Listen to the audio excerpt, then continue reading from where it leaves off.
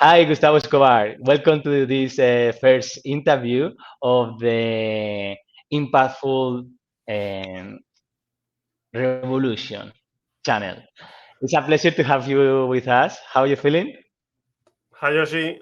Uh, Grateful to be here, and I hope that we can create something useful for your audience. Thank you so much. Yes, we're looking forward for that.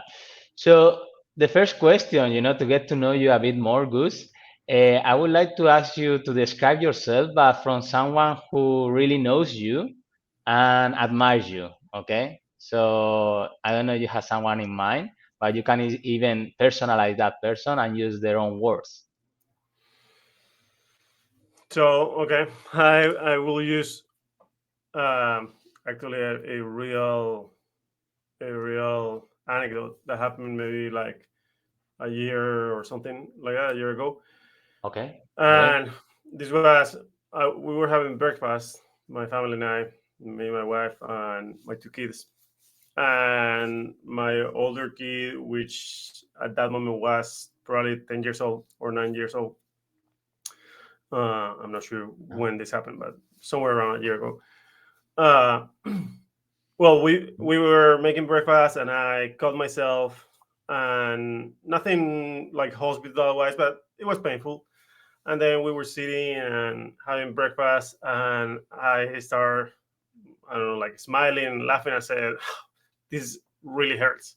And Uh-huh. then my son said, "When I'm old, when I grow up, I want to be like Papi." And I said, "What do you mean? Why? Why?" He Uh-huh. said, "Because it doesn't matter what happens to you. Whenever something bad happens to you, you're still happy. You always find a way to smile and whatnot." And I Love thought, it. "Wow." And teach him, and that's the way I normally try to be. Okay, we're losing Touches you a bit. We're losing you a bit, but yes, we got the point. What is the name of your son? Adriano. Adriano, eh? Yeah, Okay, so thanks to and him. I think that's probably the best way for me to the way I want to see myself, and the way I try to be is no matter what punches life throws at me, I'm always trying to be positive, and maybe I can always be happy, but I Uh-huh. can try to be as positive as I can and find the best outcome of whatever crappy Mm-hmm. situation might have happened. Sure, Mm. sure, good. Thank you so much for sharing. I think this is resilience mindset or positive mindset is also something important to have, I think, for entrepreneurs like you as well, and for leaders as you. So thanks a lot. And these couple of questions are a bit different, okay, than normal interviews. But if you could wake Go up ahead. tomorrow, Goose, anywhere in the world, where it will be and why? Hmm. I I have a problem, which is that Okay. I love to travel, and I whenever I'm in one place, which I think it might be home, Uh-huh. as soon as a few months go by, I am ready to discover something new. Uh-huh. So, but what I would say is that so I won't say if you're looking for a city or a country, I won't say that I can't say answer that, but I will answer for a place. Where would that place be? It'll be a big house where I am with my family, my wife, kids, Uh-huh. closer family like brothers, parents, and friends, and we're spending there whatever a week with a bunch of people and the people I love. It will be that the place. All right. So it's rather the place and the company rather than any particular specific place. Yes? Yes, it will be obviously I cannot say that I will live in a what is it called, uh, commune with, or I don't know. I wouldn't be living in a place necessarily with 40 people, but I could. But the wake up tomorrow wherever it will be in a house that we rented for a week, and it will be the closest people to me, my friends, family, and whatnot. Yeah. Okay, great. And All where is right. it? It could be anywhere. Okay, yes, that's probably not so important right now, all right?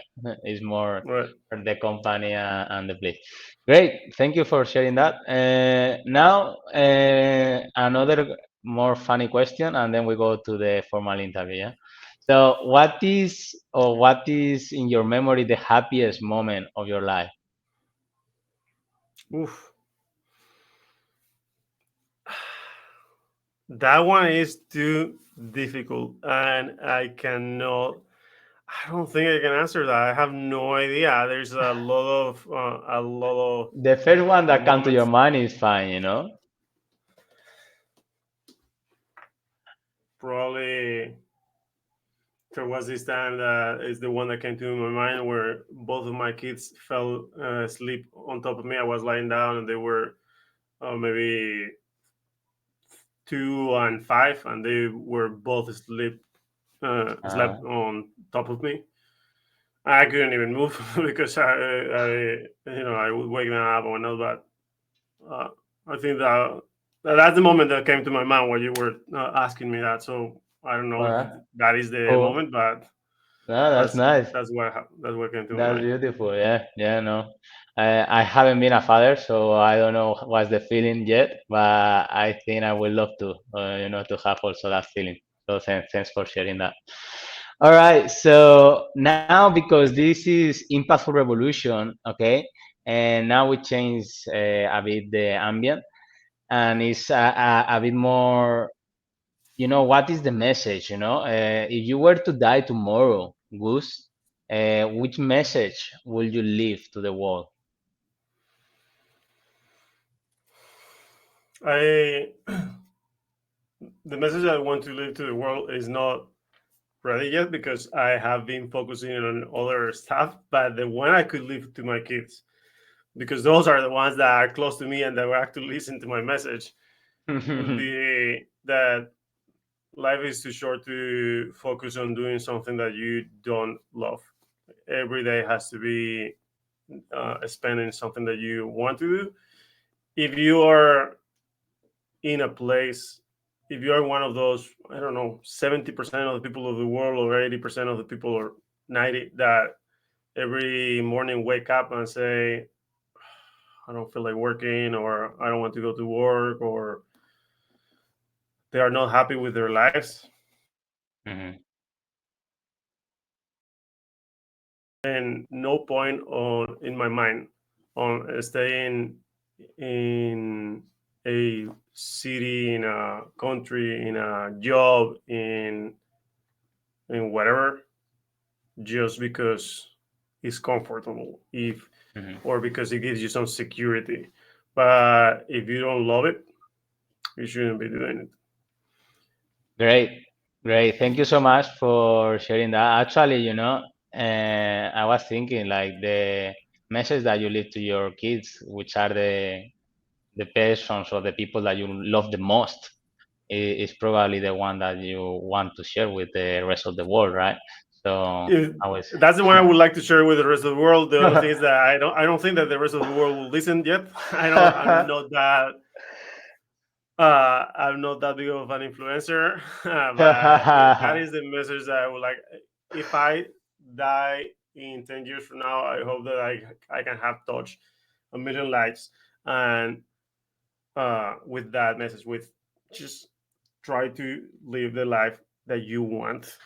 It will Uh-huh. be difficult. Might have uh, problems in the way. You will have problems. You will face a lot of obstacles, but if it's what fulfills you, then Mm. you have to do it. And yeah, Definitely, definitely. I completely agree with you, Gus. And I love that message. And I also trying to share that message with everybody. And this Impactful Revolution channel is also about that, about sharing an entrepreneur and a startup mindset, so people can take more risks and do what they really want to do, yeah, and stop pretending or working for something that they don't feel like, Right. doing it. Great. So this goes to my next question, which is you are a LinkedIn lead generation expert, and you have taught more than 50,000, if I recall well, students already. I don't know if that number has increased now. Yes. Yes, has increased. Okay, what is the number, Gus? So right now we're probably in 60,000. 60,000. Okay, 10,000. Sure. Sorry about that, Gus. So, what is your why? Why you doing this? Which I love. I'm one of your students, and I love your work. So I I learned how to generate leads. I don't know, maybe a few years ago, mm, a decade ago, and and as an entrepreneur, when I was missing leads, it was extremely person. Sorry, can you repeat that last bit? We just lost you for a second, Oh, please. sure. So I worked I had my own company for a while. Then I had to work as a salesperson, and then as an entrepreneur again. And in all the three situations, not having leads is the most stressful and difficult thing, Hmm. because if you don't have leads, you know that sales are hardly going to come. So at some point, I learned how to generate leads, and it was easier and easier and easier.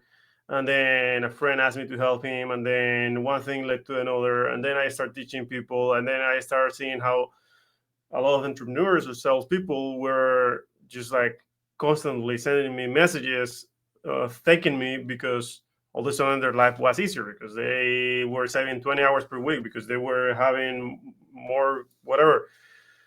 And it's just extremely fulfilling when you're getting all those messages, and you know that you are helping so many people and touching so many lives with that. It's I would do it for free. Yeah, I mean, obviously, I want to get paid. Don't get me wrong, but And you but are. if I'm getting paid, but the reality is that if for some reason, um, let's say that there's a law that says that education, professional training cannot be sold anymore. It can only be free. I would do it. I would say, okay, Mm, well, if I cannot make money out of it anymore, uh, then I'll do it for free, because mhm. I love it. I truly love it. Mm. Okay, love it. Oh, love that thing. And it's connected to the question before, right? Doing what you love. It's not so Right. much about the money, it's more about the drive, right? The passion. Right. Uh, I think uh, that if you're doing something that you would not do for free, then you're not doing what you love. uh-huh. I totally agree. I'm not saying to do it for free. I don't do well. Sometimes I do it for free, but I mostly do it for to get paid. Uh-huh. But I would Of do it course. for free Yeah, if I could not get paid for it. yeah. Mm. Okay, great. Thank you. I share that opinion with you. Great. And what was the exact moment, or what is the moment in your life that made you think, all right, I want to do it on my own?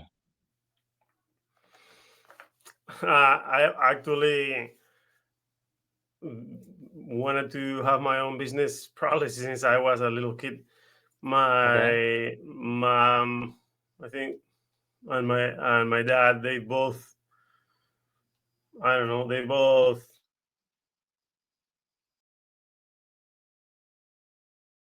Mm,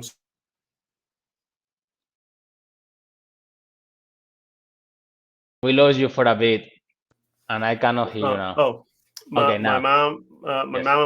and my dad, they both were very supportive of the idea of having your own business. When we grew up, me and my brother, and my brother actually he doesn't have his own business, he works for a corporation, but he's an I think it's called intrapreneur. So he's like basically an entrepreneur inside of a big corporation, Okay. because he's not just an employee. He's one of those that brings a lot Create of things. results, and it has like a very entrepreneurship mentality inside our corporation, and that's he's All like right. a big shot in that corporation. And in my case, since the beginning, I just moved for the having my own business. Uh, Okay. in fact, I've worked most of my professional years have been for myself rather than for someone else. Okay. All right. Mm. Very good. Okay. Thank you. So, and what are your parents doing now that they were encouraging you to live as an entrepreneur? So my dad, he had his own companies. He was in construction and agriculture, and Okay. also he used to do a lot of exporting. And that sounds like he was billionaire, but he wasn't. He just his his companies, You're from and Valencia. He was growing oranges right. or not? No, he's from Ecuador. I'm from Valencia. I grew Ah, up most of my life in Valencia, but he's from your father's Ecuador. Mm, Ecuadorian. Okay, cool. yeah, All right, nice. and he is also a politician. And then my mom, she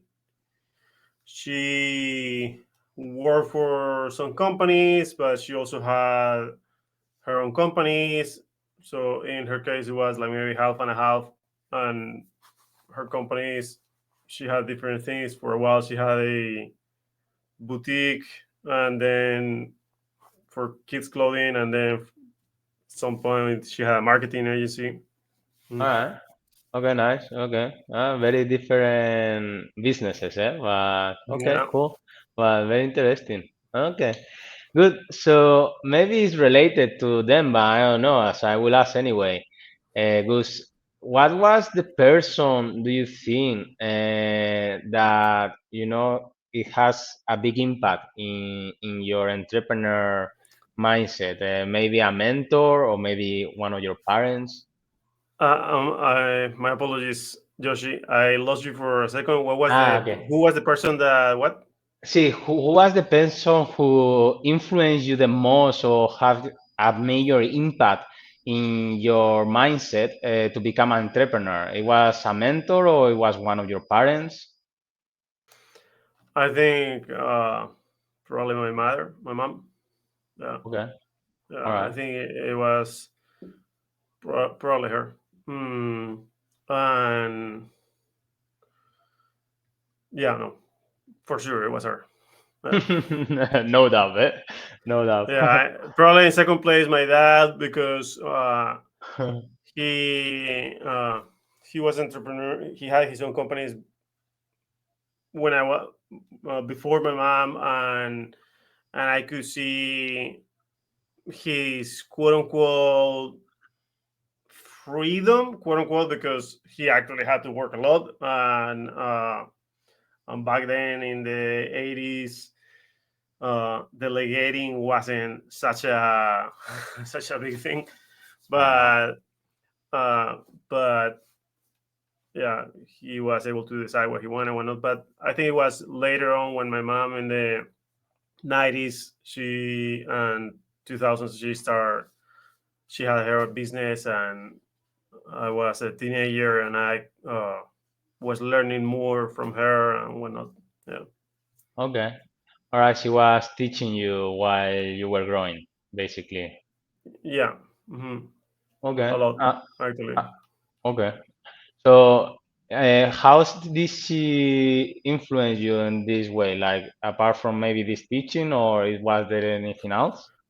Yeah. So, for example, when when I was 18 years old, she had a marketing agency, and she would tell us a lot of stuff about the company. And my brother and I would go with her in the summer, or some days, or help her on the weekends. And she was teaching us different stuff, and well, in terms of like people management and managing people, the employees, and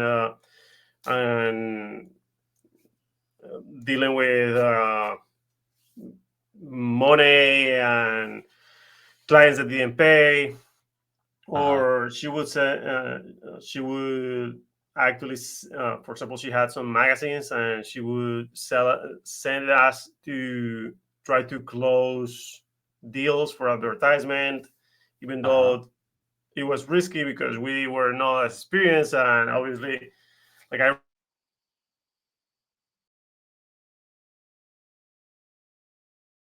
remember sitting of Coca-Cola Sorry, we lost you there after the advertising.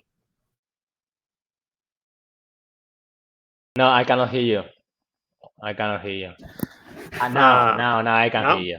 Yeah, now it's good. So, for example, I remember when I was 18 or 19 years old, Yes, she sent me to try to close a some deals. contract Uh-huh. with Coca-Cola Spain, Yeah. and for the company, for the magazine. Uh-huh. And it was risky because she Mhm. could have sent a more experienced salesperson than me.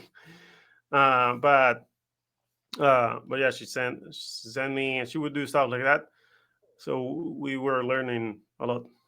Yeah, That's really good experience, yes, for such a young age, for sure. yeah, That's really cool. And well, it doesn't matter really the result, but did you get the contract with Coca-Cola? we did. Yeah. Oh, wow, okay, congratulations. So that could be one of your big sales, eh? Well, I think that Or your big first sales.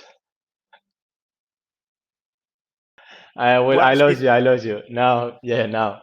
I thought that she was pretty convinced that the control was going to happen either way. Uh, okay. And but at that moment, I didn't know, and I went there and I felt good about it, and we did close the contract. But I'm pretty sure that she had already, like, probably pre-closed it.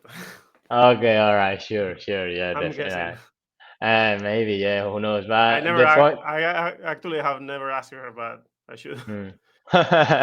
Well, the important thing I think there is that she let you take the responsibility for the business in a Right, way, and finally put you in a situation, a real situation where uh, it's for the business, it's for the family as well, you know. So right. I think it's beautiful, a beautiful story. Thank you for sharing that. Yeah. Yeah, and now I wanted to ask you another question, Gus. What is the best investment that you have ever done, either money, energy, or time, whatever? 100% without doubt or any hesitation. uh, Education.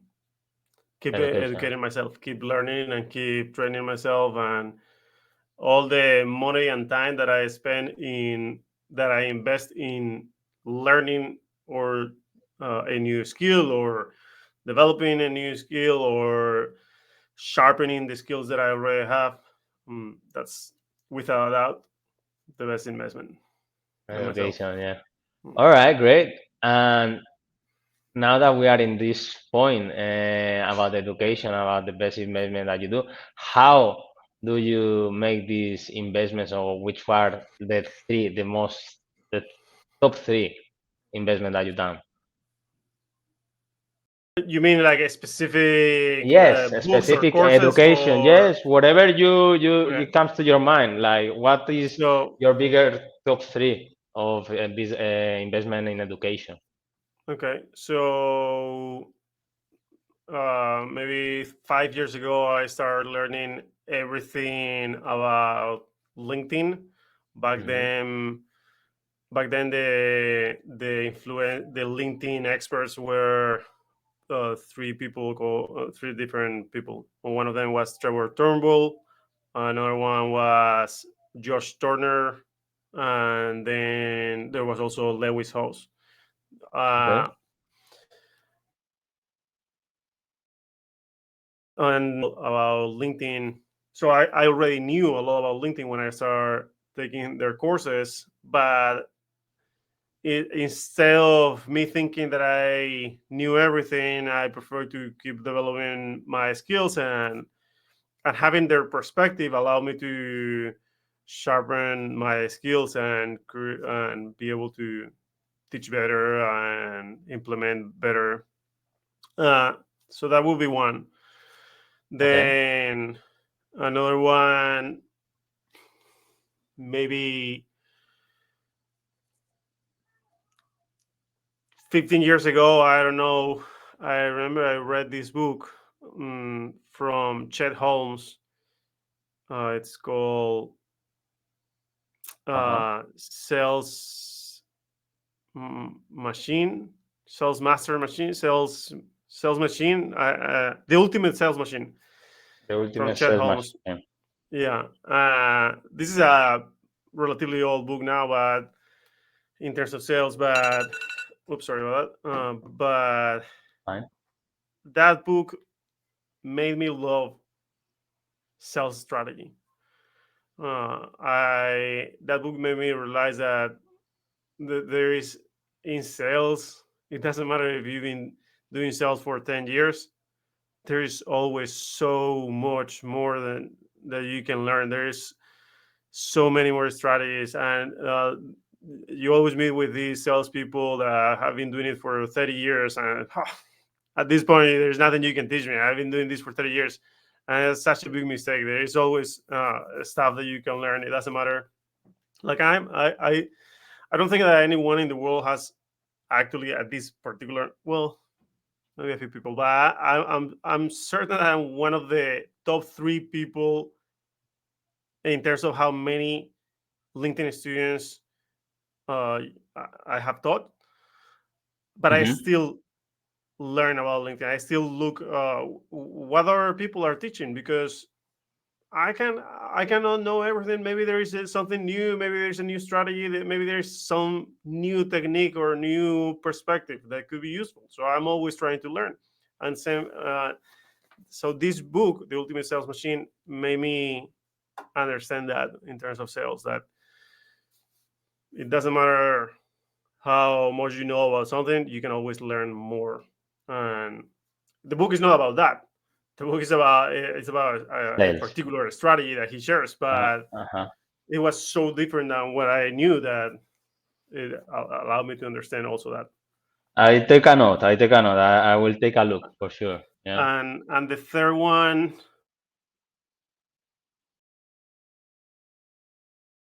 I lost you there. that course, it's I amazing. lost you there. What course? Sorry. I cannot hear you. Jeff Walker, Now, Jeff Walker. Oh, yes. Yes, I yeah, know this one. product launch formula, yeah, that's The launch another formula. one. I think those are the. Of course, I'm talking about in my later years. Sure. Obviously, high school and college were super important, but in terms of more like independent courses or books or something, those three, I think. Okay.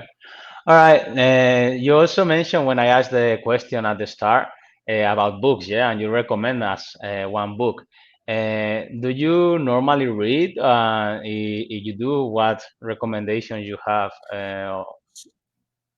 So I normally listen to audiobooks because my Okay. eyesight is pretty terrible, and when I'm reading books is when I'm actually reading or reading anything, my eyesight is terrible. So I listen to audiobooks, and I have gotten used to listen to any book at uh, two times the speed.